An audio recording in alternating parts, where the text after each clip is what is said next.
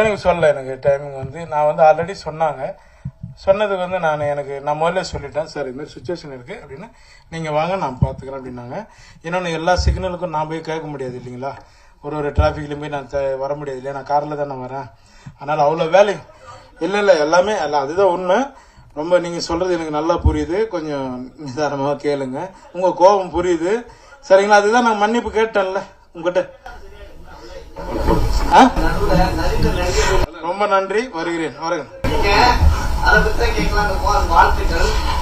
மறைவாகவே இருக்கட்டும். சரி நன்றிப்பா.